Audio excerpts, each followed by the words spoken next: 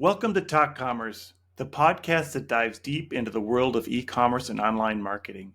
I'm your host, Brent Peterson. Each week, we'll explore the latest trends, strategies, and success stories to help you thrive in the digital marketplace. A big thanks to our sponsor, ContentBasis.io, an AI-powered content creation platform that helps businesses create high-quality content faster than ever. Their support makes this podcast possible. Whether you're a seasoned e-commerce pro or just starting out, Talk Commerce has something for you. So let's dive in and discover the secrets to e-commerce success together. Welcome to Talk Commerce, the podcast where we unpack the world of e-commerce and online marketing. I'm Brent Peterson, and each week we bring you the latest insights and strategies to help your business thrive online. Talk Commerce is produced and supported by ContentBasis.io. This podcast is my creative outlet and has been going now for 3 years. We are approaching 1,000 downloads every week and growing. If you are new to this podcast, give it a listen or check out the fantastic content on our website. From exploring effective marketing tactics to dissecting the trends shaping the digital marketplace, we've got you covered, and we're here to guide you through the ever-evolving landscape of e-commerce. But we're not just here to talk, we're here to engage. Got thoughts, questions, or you want to hear a really funny joke? I'd love to hear from you. Email me at brent@talkcommerce.com, and let's keep the conversation going. Ready to boost your online presence? Tune in and stay ahead of the curve with Talk Commerce. Don't forget to subscribe for the full experience and share your feedback. You're listening to Talk Commerce. Subscribe and download at talk-commerce.com.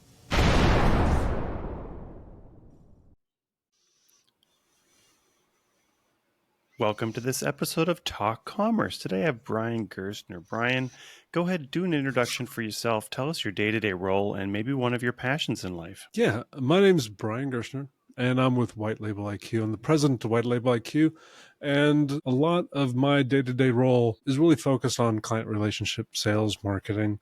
I've been part of the organization since its inception and kind of really been able to kind of carry and bring that vision forward and just trying to bring that forward with all of our clients, making sure that we're delivering a lot of relative services every day. That's awesome. Any passions in life? My son, unfortunately, if I'm not working, I'm spending time with my family.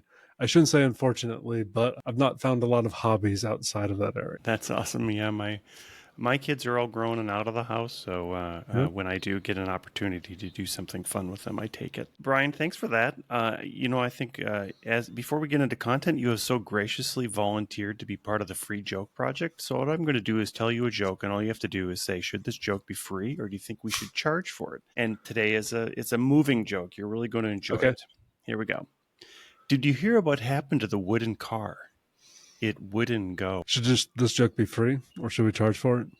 Yeah, that's the question. All right, so today we're going to talk about strategic partnerships. And as a side note, I am the Strategic Alliance Partnership Chair for Entrepreneurs Organization Minnesota. Wow. So Nice. that's part of my free or my volunteer role right now as a board position. But in business, it's even more important. And I've learned in the past how important those partnerships are. So tell us a little bit about what you do and how you offer value to your clients. Well, our core audience is working with other marketing agencies.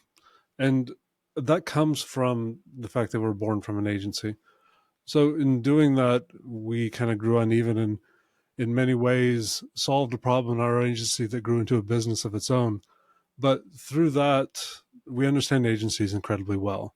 And we're able to really provide a lot of highly skilled, specialized digital talent to agencies in the background so that we can really kind of deliver a lot of high quality and also kind of unique talent sets that agencies often can't keep on staff or really have a lot of bandwidth, or sometimes it's just not part of your focus, So by being a partner, we're really able to be best in class at what we do and bring that level of quality to other agencies. Yeah, and I think a lot of times maybe, especially technical agencies are not very deep in the marketing department, and there's a lot of different roles, right? So just as a development agency, you would have different roles that would provide different functions: back-end developer, front-end developer. Talk a little bit about how you can offer value for specific roles that maybe an agency couldn't afford to hire a full-time person for. A lot of times, in even my experience in working with agencies, we have a lot of unicorns, kind of depending upon the size of the agency. Especially if like you're in the 0 to 5, or if you're in the 5 to 15, you're wearing a lot of hats. And you've got to know a little bit about everything. But there are times where, the requests from clients are just getting a lot more complicated. And even the areas that we're looking in are just getting to the point where you really need to know what you're doing to break out of mediocre deliveries. And as an agency, you're really acting on behalf of your client, and you need to be able to have that kind of confidence. You need to be able to sleep well at night. So a lot of our ability to bring specialized services is just to be able to have that confidence, to let your agency kind of do what it does best and not have to worry about us. So if you are an agency and you have, or even an in-house team, and you have somebody who has like background in design, they might have some background in development, they've done marketing automation, it's really easy to work with partners because those individuals in your agency can rise up. They come from like a doer to a delegator, and it allows you to really kind of flex when you need to, not to have to then add a lot of fixed costs into your department or your agency, but just to bring in those specialized skills when you need them with your partners. And if you have a good partner, they're there to consult a lot of times too.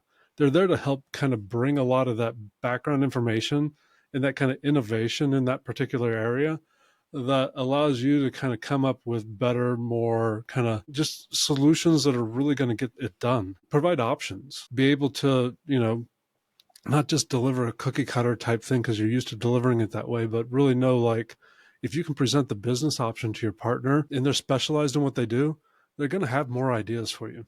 And it's the same reason clients come to marketing agencies, or even as an in-house department, you go to a marketing agency because sometimes you just need someone who's focused in that area to really help you take it a little bit farther, take it from good to great.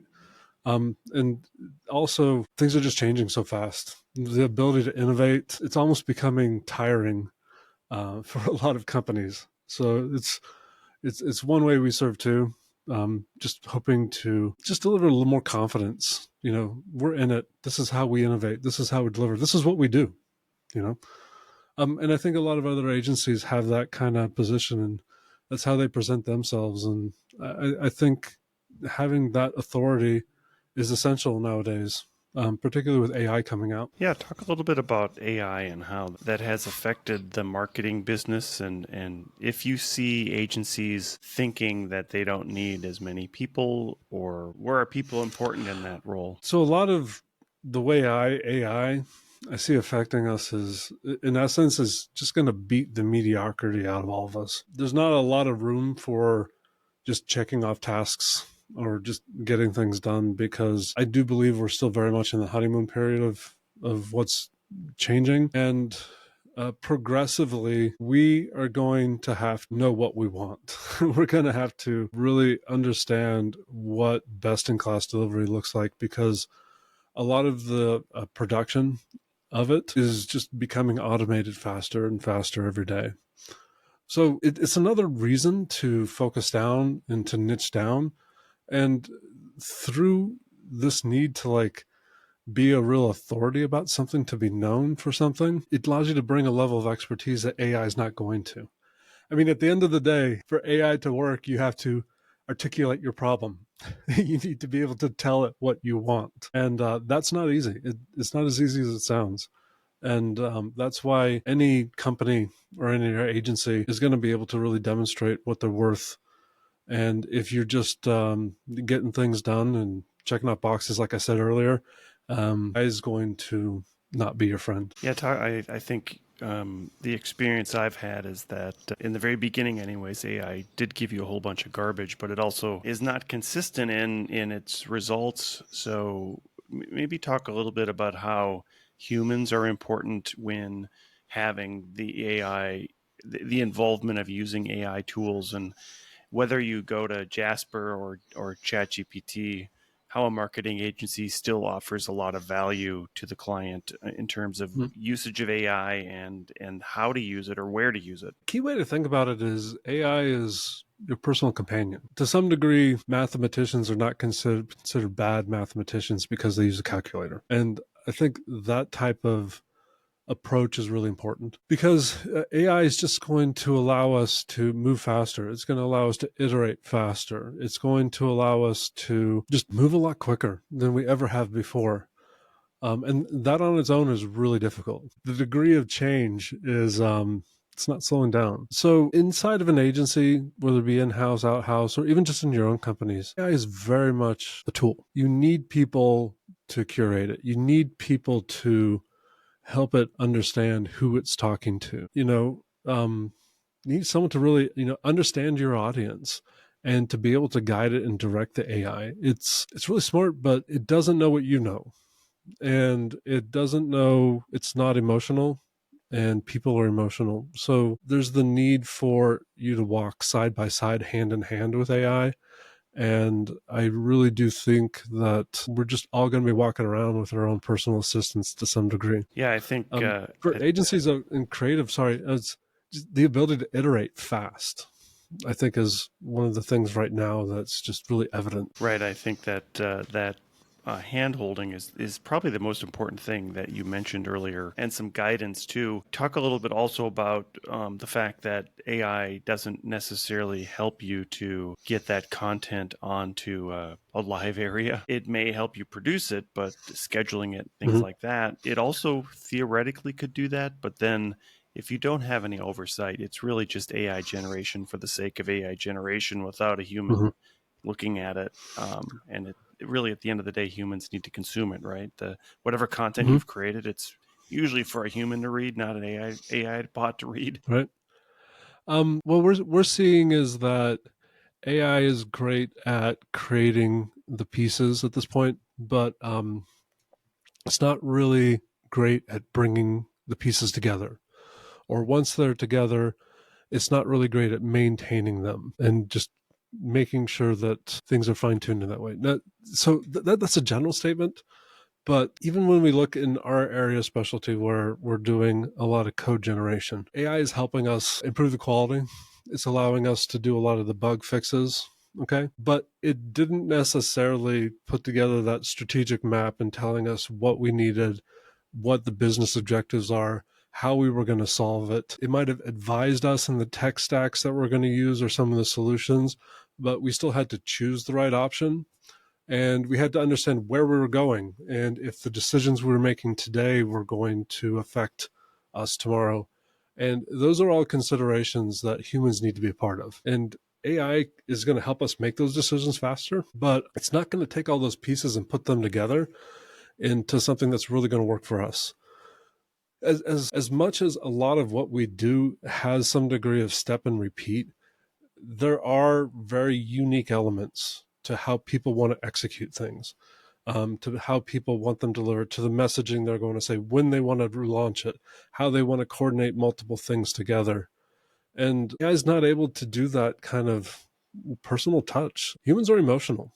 We make emotional decisions, and that there's still a lot of room for humans at the table. It sounds crazy to say that, but I think it needs to be said. We're still here making the decisions. It's just that we're able to do it faster, and we're going to have to make a lot of the decisions faster, and we're going to have to be able to see a little further in the future because we're making decisions so quickly. Yeah, I like what you said about emotions because I think when some of these when Microsoft's model first came out, it had some negative effects. It got mad at people, or thought it got mad at people. So, I mean, it is sort of like a newborn or a toddler in terms of, if you don't put some guardrails around those emotions, then the AI thinks it should act some way, which is completely inappropriate. So where do you see the biggest value then from somebody that is white labeling your services? A lot of it has to do with just scaling sometimes. I think a lot of the benefit is that agencies don't or in-house departments don't want to like bring on fixed costs. They don't want to invest in a place where there's a lot of fluctuation. You might have a large project and you have to move through it and you need someone's help. You might just be exploring an area and you want a partner to really kind of learn if you can build a book of business against this. And it's just really good to have a partner in those because you can reduce a lot of risks going forward. Strategic partnerships, I think, it's really critical to think how they just mitigate risk for a business. And we're in business, right? So it's not like there's any false understanding that we're not putting on wedding rings. It's not a merger. We're just aligning. And it aligns today, but as businesses grow, the needs change, and I think we all recognize that. So, white label partnerships, no matter even if it's in the forefront, I think they're very common. They're a lot more common than anybody realizes, and I think the key thing is it reduces risks and it allows you to provide higher quality. And if you're an agency or you're working with clients, they want results. They don't necessarily care how you get there. And so you tell us, who's your ideal customer for this? Is it another agency that doesn't have a marketing team, or is it customer, or is it end users? Yeah. White Label's unique in the fact that we work with marketing agencies as our qualified prospects because it's where we came from. We really understand how agencies work and pain points and how you feel and the problems that you're having. So in working with agencies too, the partnership's different because agencies understand the strategies. They understand the clients. They understand what the business objectives are. And it really allows us to then just be that digital production arm. Because once again, you have to know what you want. So an ideal partner for White Label IQ would be a marketing department, an agency, so that we can just kind of help you get things done. If you had a piece of advice or a nugget to give somebody, we're really close to Black Friday. So what could somebody do right now if you had some advice to give to a merchant or even another agency that's listening that they could still accomplish before Black Friday? But, I think there's a lot of things to be done after Black Friday, Cyber Monday from a marketing standpoint. From a marketing standpoint in those areas, it's plan ahead for next year. With us coming up close, you want to be able to follow through. After those calls, you want to be able to leverage all the data that you're getting.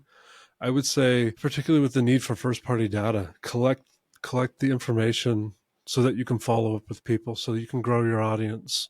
Black Friday opportunities are great ways to reach out to new clients that you haven't before. And then that first-party data really allows you to stay in contact with people. When you have an audience, you can market into that. You have people who are qualified. You can grow and run a business from that. So take that information, take those relationships you build through these sales and really focus on nurturing. That's awesome. So, Brian, as we close out the podcast, I give the guests an opportunity to do a shameless plug.